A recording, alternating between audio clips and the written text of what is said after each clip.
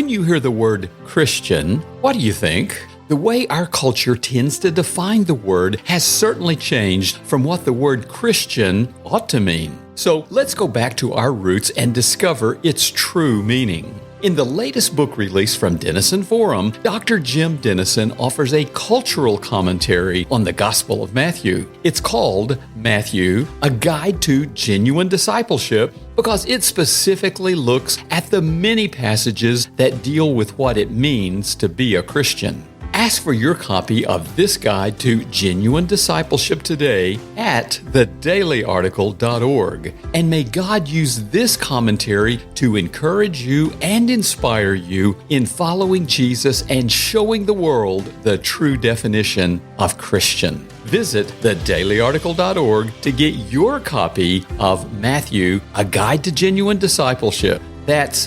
thedailyarticle.org.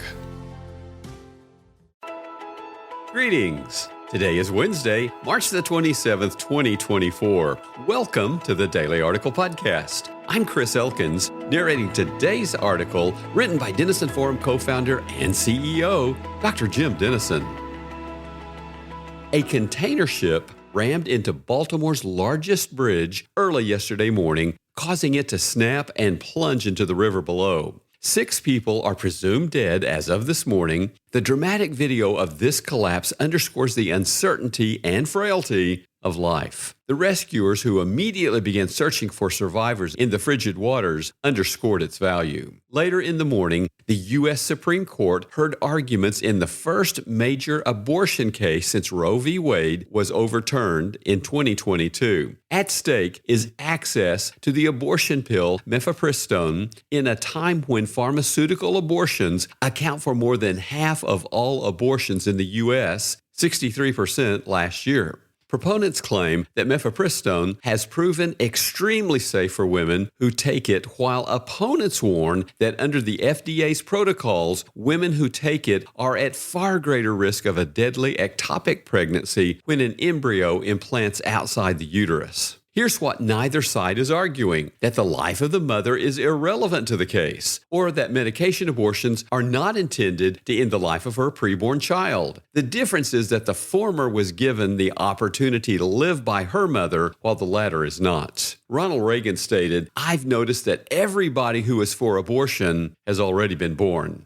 If the pharmaceutical under consideration were given to her child the moment after birth, it would be considered infanticide. Because her baby has not yet moved from inside her body to outside it, the drug is legal. Since 7 Supreme Court justices discovered a right to abortion in the 14th Amendment in 1973, a decision the court rightly overturned in 2022 due to its foundational legal flaws, no moral issue has divided Americans more deeply. The reason is simple: life is at stake. As Mother Teresa powerfully noted, it is a poverty to decide that a child must die so that you may live as you wish. She also stated in an amicus brief before the U.S. Supreme Court in February 1994, quote, "America needs no words from me to see how your decision in Roe v. Wade has deformed a great nation. The so-called right to abortion has pitted mothers against their children and women against men. It has sown violence and discord at the heart of the most intimate human relationships. It has aggravated the derogation of the father's role in an increasingly fatherless society. It has portrayed the greatest of gifts, a child, as a competitor, an intrusion, and an inconvenience. It has nominally accorded mothers unfettered domination over the independent lives of their physically dependent sons and daughters. And in granting this unconscionable power, it has exposed many women to unjust and selfish demands from their husbands or other sexual partners. Human rights are not a privilege conferred by government. They are every human being's entitlement by virtue of his humanity. The right to life does not depend and must not be declared to be contingent on the pleasure of anyone else, not even a parent or a sovereign." End quote. Her eloquence and example contributed greatly to the pro-life movement that eventually led to overturning Roe. However, until preborn children are granted the same inalienable rights to life, liberty, and the pursuit of happiness as all other Americans, our task is not finished. I believe that God is calling all Christians to use our gifts and influence to promote life as Mother Teresa did. To this end, I commend to you the example of Erin Hawley, who argued yesterday's Supreme Court case on behalf of medical professionals opposed to the FDA's actions on mifepristone access. The Wall Street Journal reports that she applies a brilliant legal mind to issues dear to Christian conservatives. Even though her husband, Senator Josh Hawley, is much better known, sources in the article called her the more highly regarded legal mind of the two. The New York Times quotes a law professor and historian who says, "I think it may be more accurate to say that he's Erin Hawley's husband. I think people are just beginning to see how influential she is." How can we follow her example? Philosophers tell us that there are three ways we know everything we know: the rational, the practical, and the intuitive. We do math rationally, we start a car practically, and we like people intuitively. Let's use all three to advocate for life. Rationally,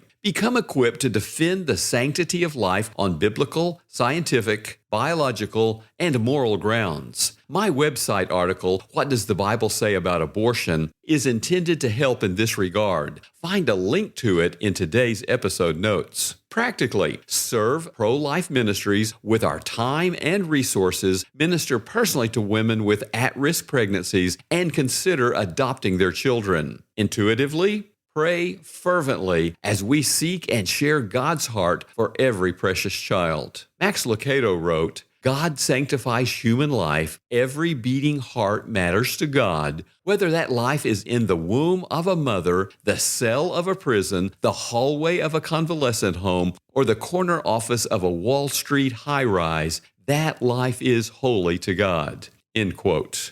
Is it holy to you? Thank you for listening to today's Daily Article podcast. If you would also like to read the Daily Article with its citations and references linked to their sources, find links in the episode notes to read today's article and to subscribe to the Daily Article email newsletter.